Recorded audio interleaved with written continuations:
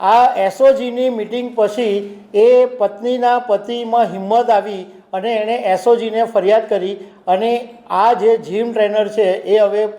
જેલના સળિયા પાછળ ચાલ્યો ગયો છે। તો આના વિશે તમારી સાથે વાત કરીશ। મારું નામ રાજેશ શાહ છે અને તમે જોઈ રહ્યા છો ગુજરાતના સૌથી મોટા ડિજિટલ ન્યૂઝ પ્લેટફોર્મ ખબરછો.com। હમણાં તાજેતરમાં સુરતમાં એસઓજીએ બધા જીમ ટ્રેનરોની સાથે એક મિટિંગ કરી હતી અને એ મિટિંગમાં જીમ ટ્રેનરોને સૂચના આપવામાં આવી હતી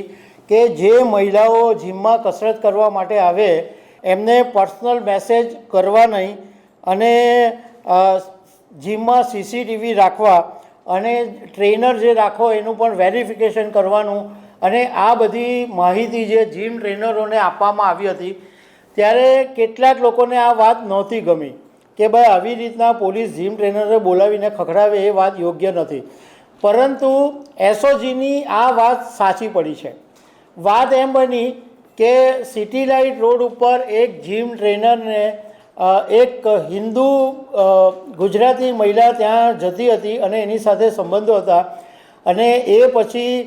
એના પતિ પાસેથી આ જીમ ટ્રેનરે 5 લાખ રૂપિયાની ખંડણી માંગેલી અને 50,000 રૂપિયા રસ્તામાં પડાવી પણ લીધા। પાલમાં એક વેપારી રહે છે, એના પત્ની છે એ 7 વર્ષ પહેલાં સિટી લાઇટ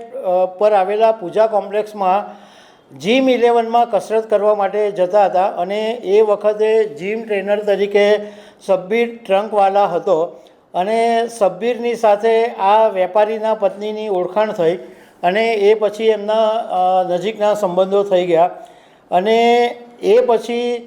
આ મહિલાએ જીમમાં જવાનું બંધ કરી દીધું અને પતિને પણ આ વાતની ખબર પડી તો પતિએ સબ્બીર ટ્રંકવાલાને પહેલાં વિનંતી કરી હતી કે ભાઈ મારા પત્નીનો પીછો છોડી દે, પરંતુ 7 મહિના પહેલાં પણ સબ્બીર ટ્રંકવાલા આ વેપારીના ઘરની બહાર આંટા મારતો હતો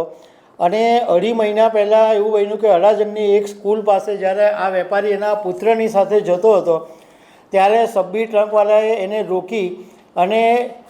તૂટેલા કાચ ગળા પર મૂકીને આ વેપારીની પાસેથી 50,000 રૂપિયા પડાવી લીધા હતા। હવે બદનામીના ડરે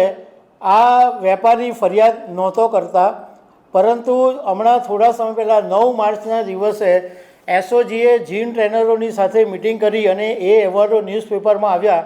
એટલે પરિવારની હિંમત આવી કે આની વિશે ફરિયાદ કરીએ એટલે પાલ પોલીસમાં ગુનો નોંધાયો અને એસઓજીએ આ સબ્બીર ટ્રંકવાલાની ધરપકડ કરી છે। પોલીસ પાસેથી જાણવા મળ્યું છે કે આ સબ્બીર કાચવાલા કાચનો ધંધો પણ કરે છે અને અત્યારે સુરતના કોટ વિસ્તારમાં આવેલા એક જીમની અંદર એ ટ્રેનર તરીકે કામ કરે છે। એસઓજીએ એવી વિનંતી કરી છે કે આ અનેક જીમની અંદર જીમ ટ્રેનર તરીકે રહ્યો છે સબ્બીર, તો કદાચ અનેક મહિલાઓ આના સકંજામાં આવી હોઈ શકે, તો કોઈ મહિલાઓ જો ફસાઈ હોય તો એસઓજીનો સંપર્ક કરી શકે છે એવું પણ કહેવામાં આવ્યું છે। તો દર્શક મિત્રો, આવી અનેક વાતો સાથે અમે તમને મળતા રહીશું। આભાર।